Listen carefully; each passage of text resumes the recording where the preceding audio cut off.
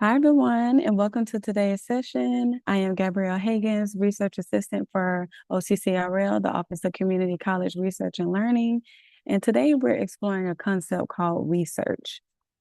And so by the end of this session, you're going to see your roles as student leaders in a completely new way. You're not just student representatives, but you're also community co-researchers. So research, me search, and we search is our roadmap for today. And so last meeting, we were able to talk a little bit about me search and how research is rooted in the researcher's own positionality, the life, identity, and even in professional settings. So now we're going to look at the goals of we search and how we build upon each other from there. And I have the honor of welcoming everyone to this session on student leadership and development of autoethnography. And so we're going to get into introducing research and why it's important in our study on the focus of cultivating narratives on student leadership. So the first objective, we're going to set the stage out with three outcomes we're working towards today. Pretty much the first one is defining research and what it really understands to shift from the thinking I have an opinion to I'm gathering and representative collective evidence. And so research is all about the people. It's moving beyond just the individualistic perspectives to more of a collaborative exploration. And the second, we're going to explore a collective impact because we'll see how ideas are gathered and shared and to create a stronger argument for campus culture. And so it's really easy to dismiss one voice, but backed by 100 voices and especially backed by data, that's considered that collective impact. And third, we're going to talk a little bit about advocacy and why this is important and how you speak for yourself, how you speak for your peers without accidentally speaking over them or misrepresenting their diverse experiences. So we're going to walk through the three pillars. What is research? Research is what you probably think of when you um, hear the word looking outward. What does the study say? What have other colleges done? What's the data on food insecurities or transfer rates? Any topic that you can think of. Me search is often overlooked, but it's critical. Before you can represent others, you have to interrogate your own lens and ask yourself, am I advocating for this because the data supports it or because it's personally affected me? Or both matter. So knowing the difference, what makes you a better advocate? Research is where it all comes together. It's turning outwards towards your community and asking, what do they need? Not just students who come to your meetings, but all students on the campus environment. So here's why this matters slide. I really want to sit with this a little bit. So the strengths in numbers is just one of the benefits of collaborative power. So it's not just a motivational phrase. For example, student leaders at a college in Texas presented survey data collecting, showing that 40% of students had skipped meals over the past month. They got food pantry funded within one semester. One student didn't do that. The collective data did. So that's the narrative point that you want to mention. So this is personal to me. Too often, the story of community college students are often written by evaluators or researchers who've never had experience or anything on a community college campus. So what is it like to be a student? So a student leader job is to make sure students write their own stories and shared collective solutions. Administrators are often always solving problems with incomplete information. So when you bring your student generated ideas, you're not just complaining, you're really co-designing the solution. What can we do better? And the research into action is these are the real life examples. So for example, the extended hours in the library, tuition freezes, emergency funds, all won by student leaders who showed up with the data, not just passion alone.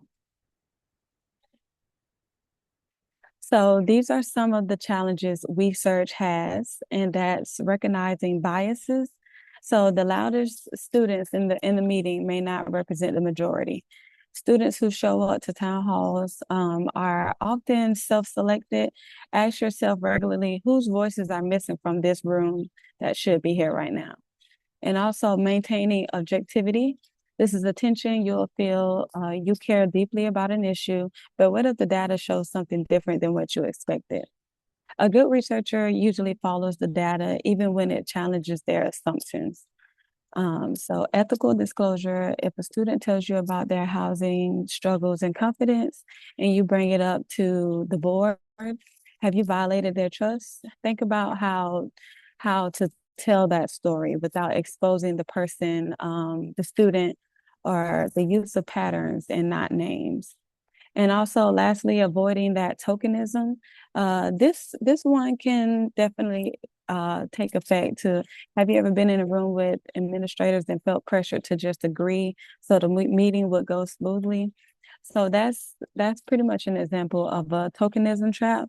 Your value is your honesty and not your agreeableness. Okay, so for now, these are the practical tools for strategies for research. There are three strategies you can start using tomorrow, today. So those reflexivity circles, every time your advisory board meets, put the question on the agenda, who are we forgetting? Night students, parents, ESL students, veterans, students with disabilities. So build that habit and you will definitely catch some blind spots before they become a problem. Community validation. Before you ever present to a board of trustees or deans, bring your findings back to the students first and ask, does this really resonate? Are you really feeling this? Did we get this right?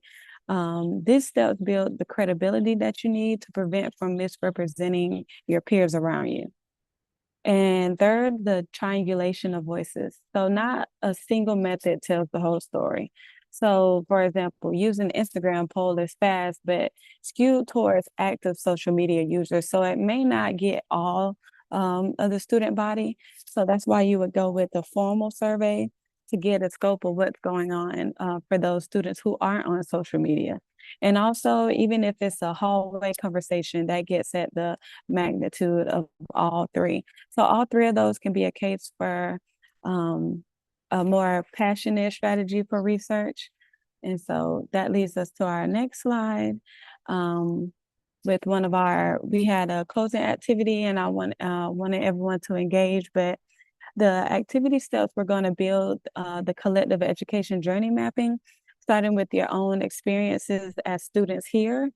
But the twist is to think about a moment where you wanted to vote differently or advocated differently from what your constituents wanted.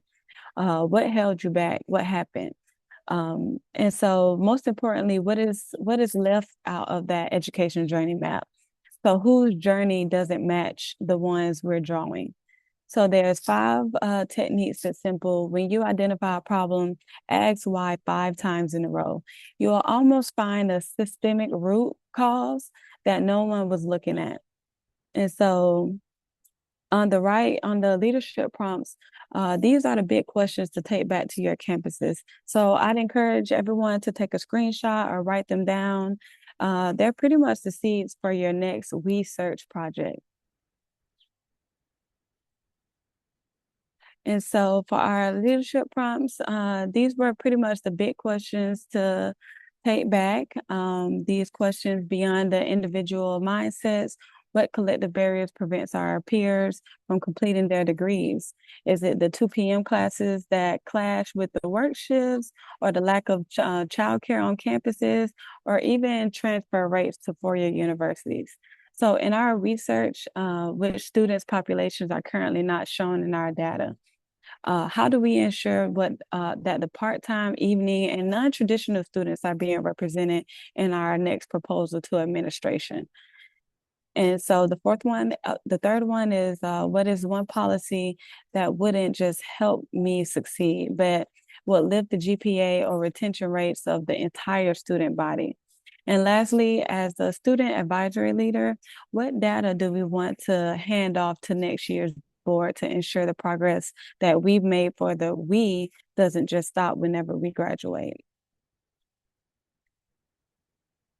So as we wrap up, I wanted to take 5 key takeaways to stick with you. Your experience is data. Don't minimize what you've noticed just because it feels personal. Personal patterns are campus patterns. So that's just waiting to be confirmed. And so multiple methods make you credible. Anyone can share a complaint, but you're going to share a complaint backed by 3 different types of evidence that shows a different conversation.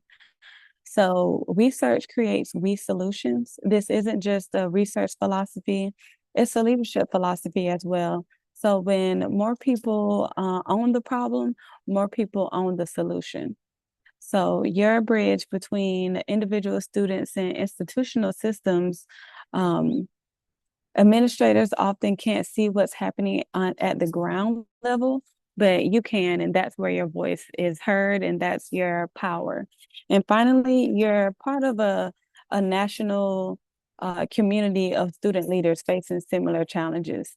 So just know that you are not alone, and the solutions you discover here can inspire students at all colleges across the country.